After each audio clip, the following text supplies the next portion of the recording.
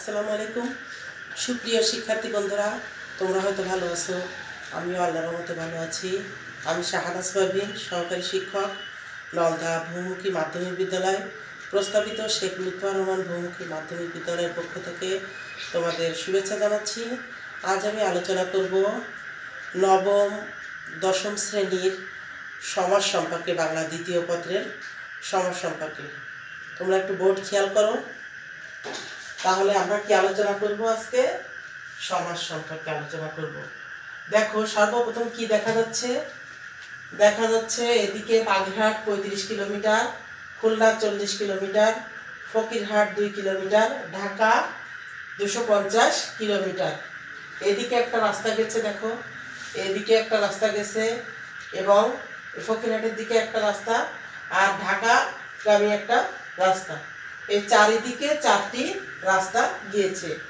এই চারদিকের 4টি রাস্তাকে আমরা কি বলতে পারি? চৌরাস্তা। হ্যাঁ, তা আমরা এইটা চৌরাস্তার সমাহার, এই জন্য আমরা এটাকে কি বলেছি? চৌরাস্তা। এই চৌরাস্তার সমাহার, এটাকে আমরা সংক্ষেপে, এই বাক্যটাকে সংক্ষেপে কি বললাম? চৌরাস্তা। তাহলে বাক্যকে সংক্ষিপ্ত করার যে পদ্ধতি, তাকে কি বলে? সমাস বলে। তাহলে সমাস হচ্ছে একাধিক বাক্যকে এক পদে পরিণত করার প্রক্রিয়া। তাহলে আমরা সমাস সম্পর্কে কি জানলাম? যে সমাস শব্দের অর্থ হচ্ছে সংক্ষেপ, অর্থাৎ একাধিক পদের এক পদে পরিণতকরণের প্রক্রিয়া।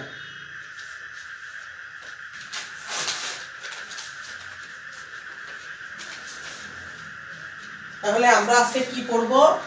সমাস। সমাস শব্দের অর্থ কি? সমাস শব্দের অর্থ সংক্ষেপ। সমাসের সংজ্ঞা। সমাসের সংজ্ঞা। তাহলে আমরা কি জানলাম? সমাস শব্দের অর্থ কি? সমাস শব্দের অর্থ হচ্ছে সংক্ষেপ। সমাসের সংজ্ঞা: দুই বা ততোধিক পদকে, দুই বা ততোধিক পদকে এক পদে পরিণত করার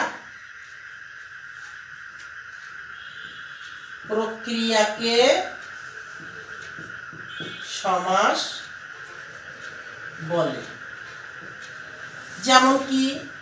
যেমন সিংহ চিহ্নিত আসন, সিংহাসন। শিক্ষার্থী বন্ধুরা একটু খেয়াল করো, সমাস শব্দের অর্থ যেহেতু সংক্ষেপ, অর্থাৎ সংক্ষেপণ, সেহেতু দেখো এই বাক্যটাকে সংক্ষেপ করে কি হলো? সিংহ চিহ্নিত আসন।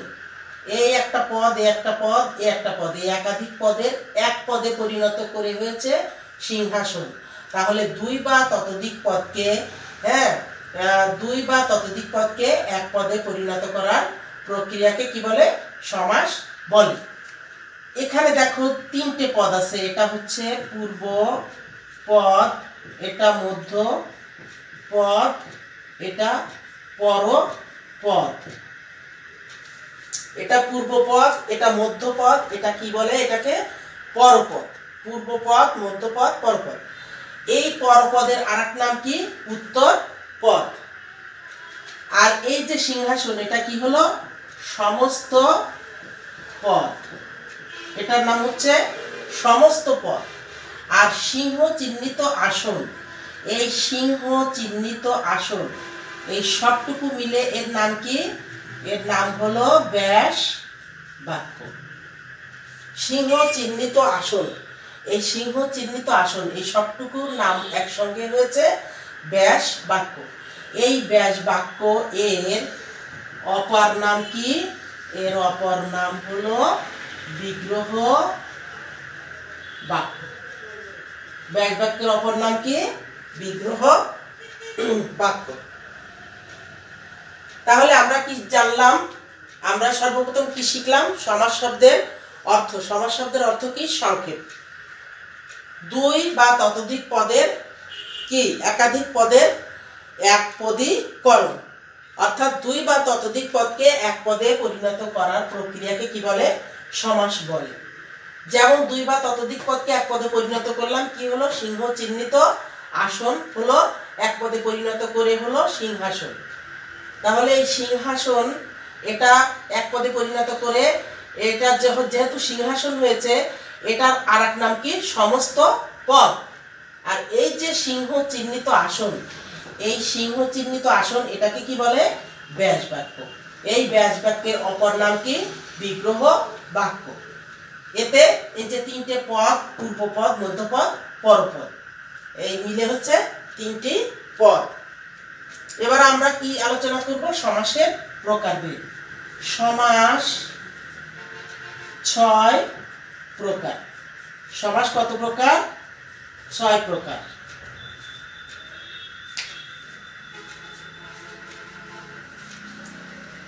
শিক্ষার্থী বন্ধুরা,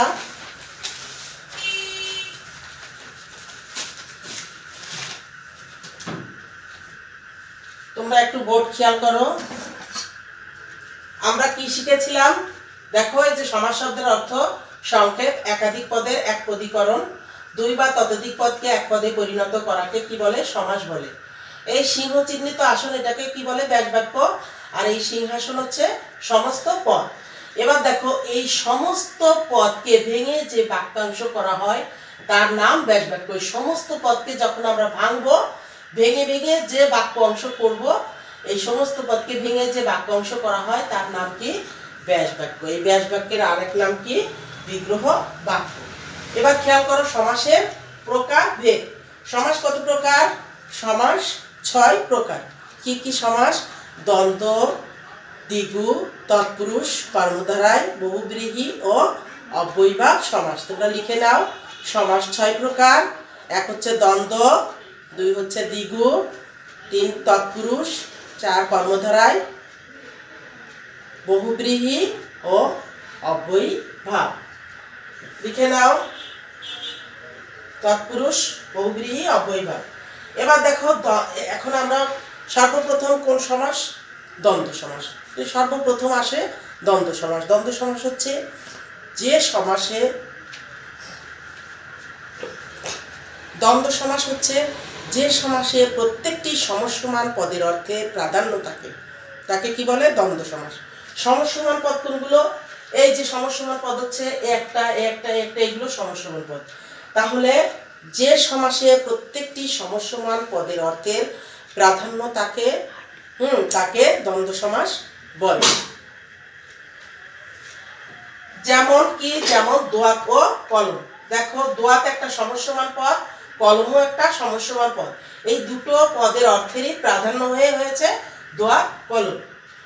এখন এই যে দোয়াত সমসমান পদ, কলম সমসমান পদ, এই যে সমসমান পদগুলি একত্রিত হয়ে দোয়াত কলম হয়েছে, এটা সমস্ত পদ। তাহলে এটা দ্বন্দ্ব সমাস গঠিত হয়েছে। এই দ্বন্দ্ব সমাস কিভাবে গঠন করব? ব্যাস বাক্যের মাঝে ও এবং আর সংযোগকারী অব্যয় থাকবে। ব্যাস বাক্যের মাঝখানে কি থাকবে? ও এবং আর। এবার আমরা দ্বন্দ্ব সমাসের প্রকারভেদে যাব।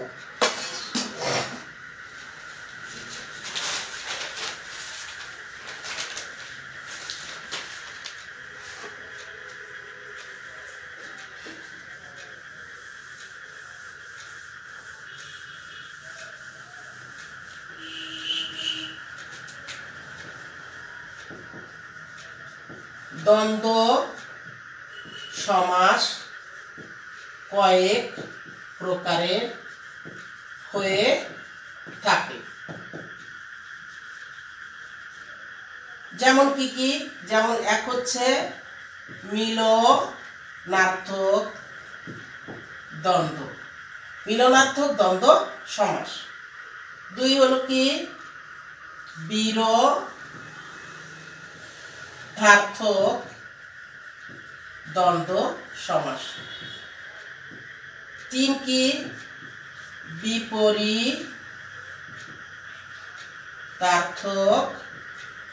দ্বন্দ্ব সমাস। চার কি সমার্থক দ্বন্দ্ব সমাস। তারপরে কি সংখ্যাবাচক দ্বন্দ্ব সমাস। তারপরে কি আসে অঙ্গবাচক দ্বন্দ্ব সমাস। আমরা যে দ্বন্দ্ব সমাস কয়েক প্রকারে সাধিত হয় এ সম্পর্কে আমরা কি সর্বপ্রথম কি আসে কয়েক প্রকারে সাধিত হয়। এর ভিতর সর্বপ্রথমে আসে হচ্ছে মিলনার্থক দ্বন্দ্ব। মিলনার্থক দ্বন্দ্বে কি আসে মা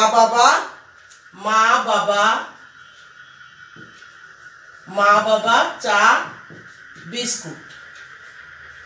চায়ের সঙ্গে বিস্কুটের সম্পর্ক আছে মিল, এবং মার সঙ্গে বাবার মিলনার্থক সম্পর্ক রয়েছে, এই জন্য এটা হলো মা বাবা চা বিস্কুট। এরপর কি আসে বিরোধাত্মক দ্বন্দ্ব। বিরোধাত্মক দ্বন্দ্ব কি যার সঙ্গে যার বিরোধ। দা কুমড়া ওহি নকুল। নকুল মানে কি বেজি, আর ওহি মানে সাপ। সাপের সঙ্গে বেজির যেমন ভালো কোনো সম্পর্ক নাই, এদের ভিতর বিরোধ দেখা যায়, তেমনি দার সঙ্গে কুমড়ারও বিরোধ রয়েছে, এই জন্য এটা বিরোধাত্মক দ্বন্দ্ব সমাস। এরপরে কি আসে বিপরীতার্থক দ্বন্দ্ব সমাস। বিপরীতার্থক কোনগুলো, যেমন আয়ের বিপরীত কি ব্যয়, তাই না, আয় ব্যয়। তারপর কি আসে জমা খরচ। এ দুটো কি বিপরীতার্থক, অর্থাৎ আয়ের বিপরীত ব্যয়, জমার বিপরীত কি খরচ। বিপরীতার্থক দ্বন্দ্ব সমাস। তারপরে কি আসে সমার্থক দ্বন্দ্ব সমাস। সমার্থক দ্বন্দ্ব কি সমান অর্থ বোঝায়, যেমন হাট বাজার। হাটের অর্থ এবং বাজারের অর্থ একই বুঝিয়েছে, এজন্য কি হলো সমার্থক দ্বন্দ্ব। তেমনি কল কারখানা।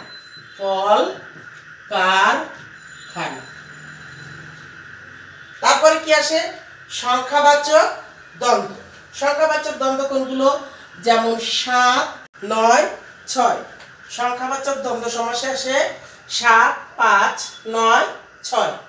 এরপরে কি আসে অঙ্গবাচক দ্বন্দ্ব সমাস। অঙ্গবাচক কি হাত পা নাক মুখ। হাত পা নাক মুখ না বলে আমরা নাক কানও বলতে পারি, নাক কান।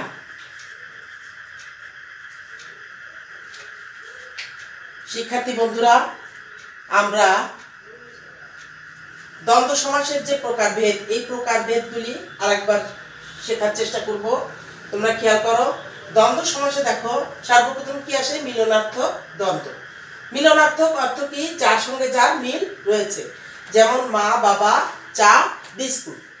এরপরে কি বিরোধার্থক দ্বন্দ্ব সমাস। বিরোধার্থক দ্বন্দ্বে কি আসে দা কুমড়া ওহি নকুল, অর্থাৎ সাপের সঙ্গে বেজির যেমন বিরোধ, দার সঙ্গে কুমড়ারও বিরোধ রয়েছে। তারপরে বিপরীতার্থক দ্বন্দ্ব। বিপরীতার্থক যেমন আয়ের বিপরীত ব্যয়, আয় ব্যয় জমা খরচ। সমার্থক দ্বন্দ্ব কোনটা, হাট বাজার কলকারখানা। যেহেতু হাট এবং বাজার দুটোর অর্থ একই সমান অর্থ, এই জন্য এটা সমার্থক দ্বন্দ্ব। সংখ্যাবাচক যেমন 7, 5 সংখ্যা, 9, 6 ও সংখ্যা, এই জন্য এটা সংখ্যাবাচক দ্বন্দ্ব। এরপরে সে কি অঙ্গবাচক দ্বন্দ্ব। অঙ্গবাচক কি শরীরের অঙ্গ প্রত্যঙ্গ নিয়ে, যেটা যেমন হাত পা নাক কান। এরপরে আমরা কি আলোচনা করব, অলুক দ্বন্দ্ব সমাস।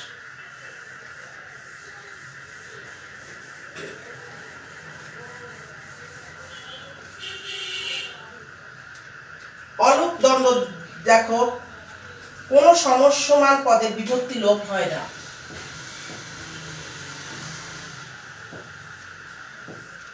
কোন সমস্যমান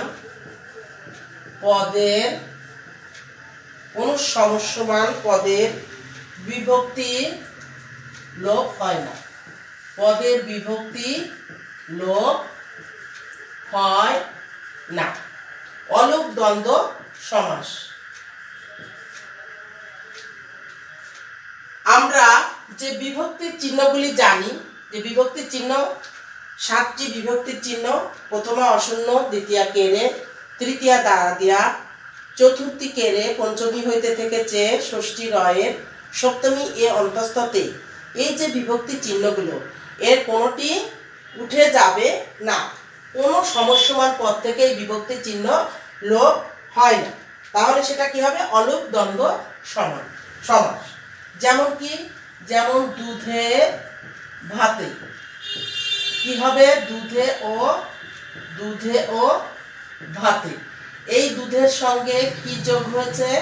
এ। আর ভাতের সঙ্গে এ।